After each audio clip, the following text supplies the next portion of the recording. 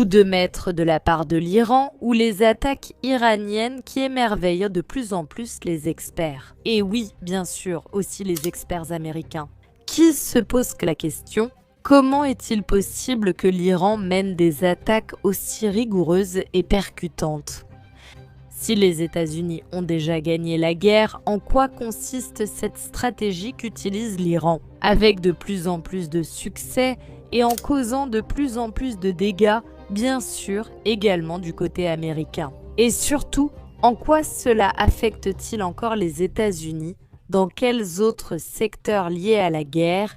Et quels sont les pays qui en profitent le plus? Et non, je vous préviens, si vous restez jusqu'à la fin, bien sûr, vous allez le découvrir, qui n'a absolument rien à voir avec ce pays en question, ni avec la Fédération de Russie, ni avec la Chine. C'est tout à fait différent. Et pourtant, il sera en train de s'enrichir énormément de ceux qui, soi-disant, des erreurs, de ceux qui, soi-disant, font partie, en fait, de ses amis les plus proches.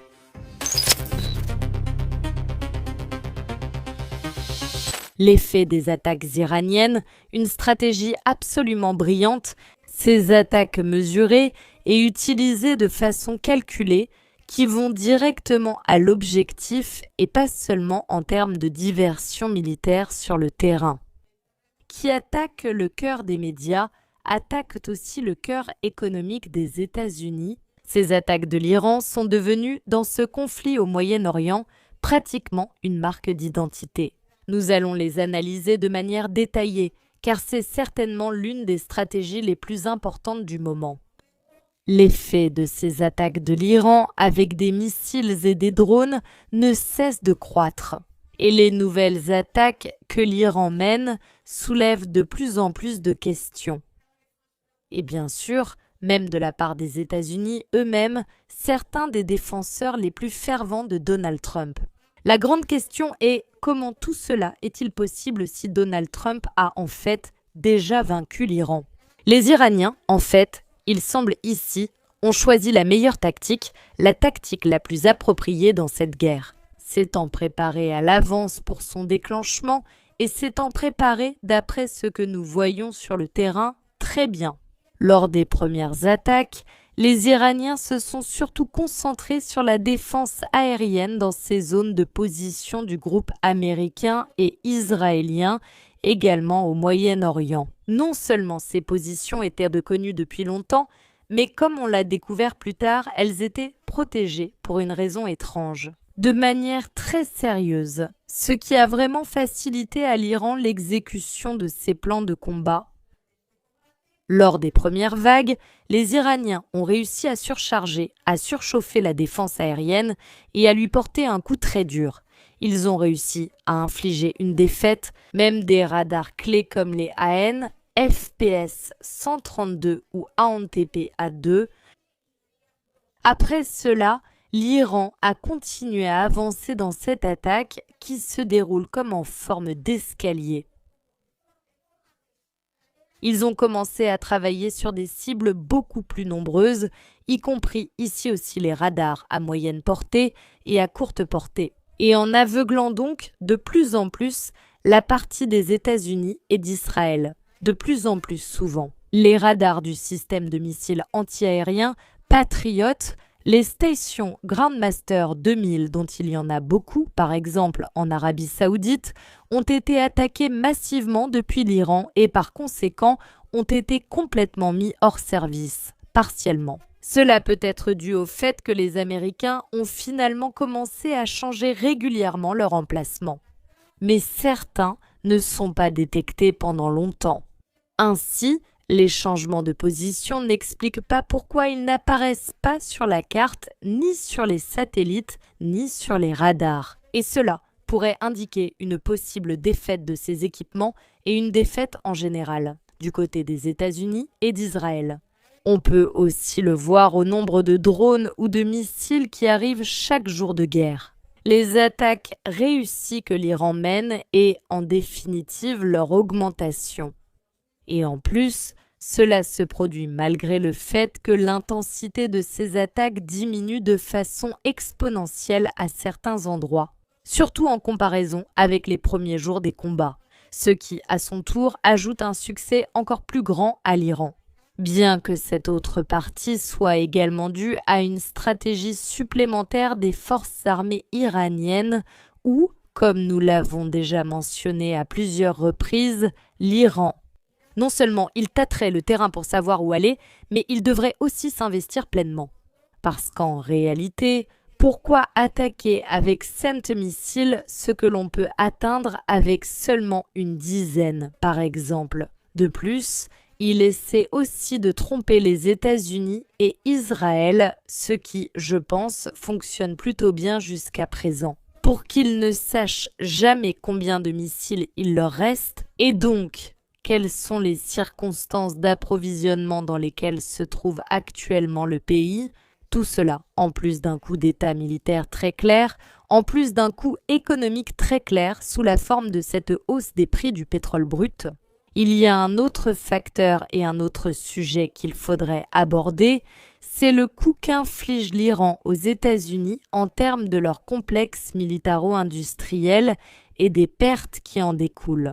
Et ici, il y a un pays en particulier qui voit dans ce nouveau secteur des opportunités, surtout dans ce cas pour les exportateurs de systèmes aériens et où nous parlons d'exportateurs de systèmes aériens. Nous pourrions ensuite finir par parler d'exportateurs d'armes d'autres catégories différentes.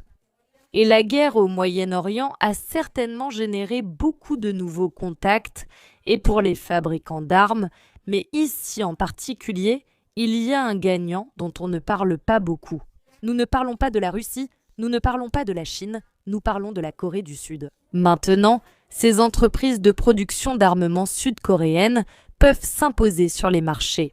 À Séoul, elles sont absolument convaincues que le conflit a démontré la pertinence du modèle de guerre asymétrique. Et en Ukraine, et cela s'est confirmé pour ainsi dire au milieu. Dans ce contexte, les experts sud-coréens estiment que leurs systèmes de défense aérienne KAMD sont absolument idéaux pour ce scénario.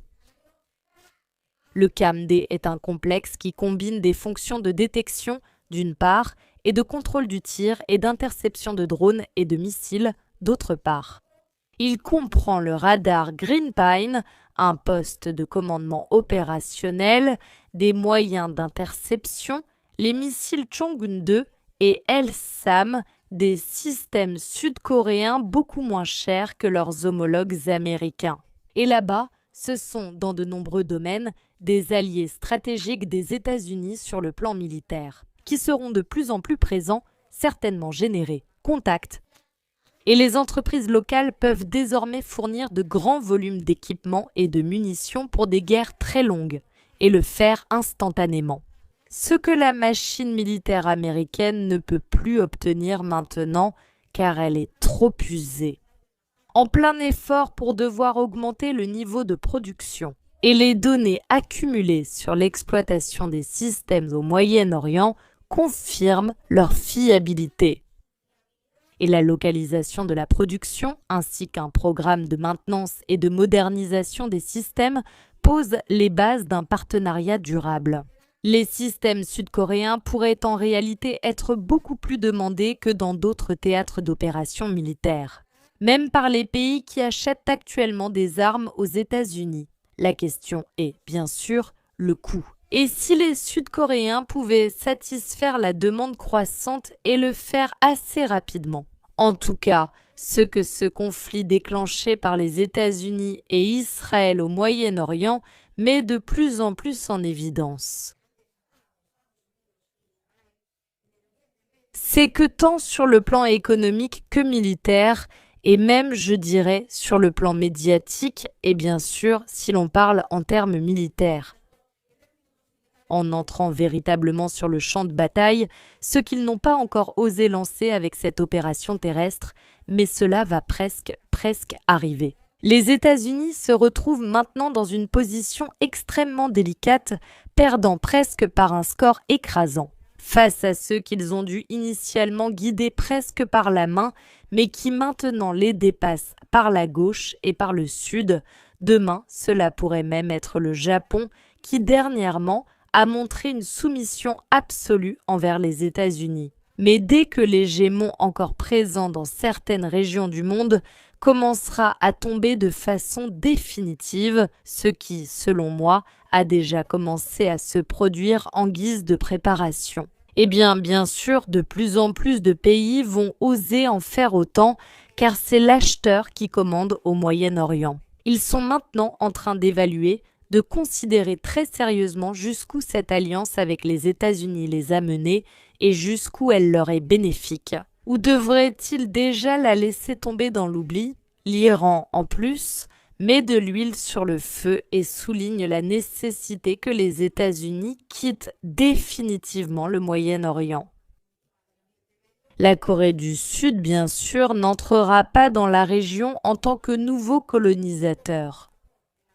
Par conséquent, je pense que l'Iran, par exemple, pourrait trouver formidable que les systèmes de défense aérienne sud-coréens entrent en jeu. Parce qu'il est peu probable que ce pays s'oppose à l'Iran, il assurerait simplement la sécurité du ciel, que ce soit de l'Arabie saoudite ou des Émirats arabes unis. Que la paix s'installe enfin dans la région, ce qui serait garanti par le retrait des États-Unis de celle-ci. Tout d'abord, les attaques de drones et de missiles auxquelles, apparemment, les États-Unis ne s'attendaient pas ou pour lesquels ils n'étaient pas suffisamment préparés. Et deuxièmement, le complexe militaro-industriel américain, l'un des points clés et l'un des points les plus sensibles du pays, qui subit un coup très dur. Et bien sûr, plus la guerre durera, plus ces coups seront importants. Et ils finiront par être d'autant plus douloureux pour la supposée puissance des États-Unis qu'il l'est de moins en moins.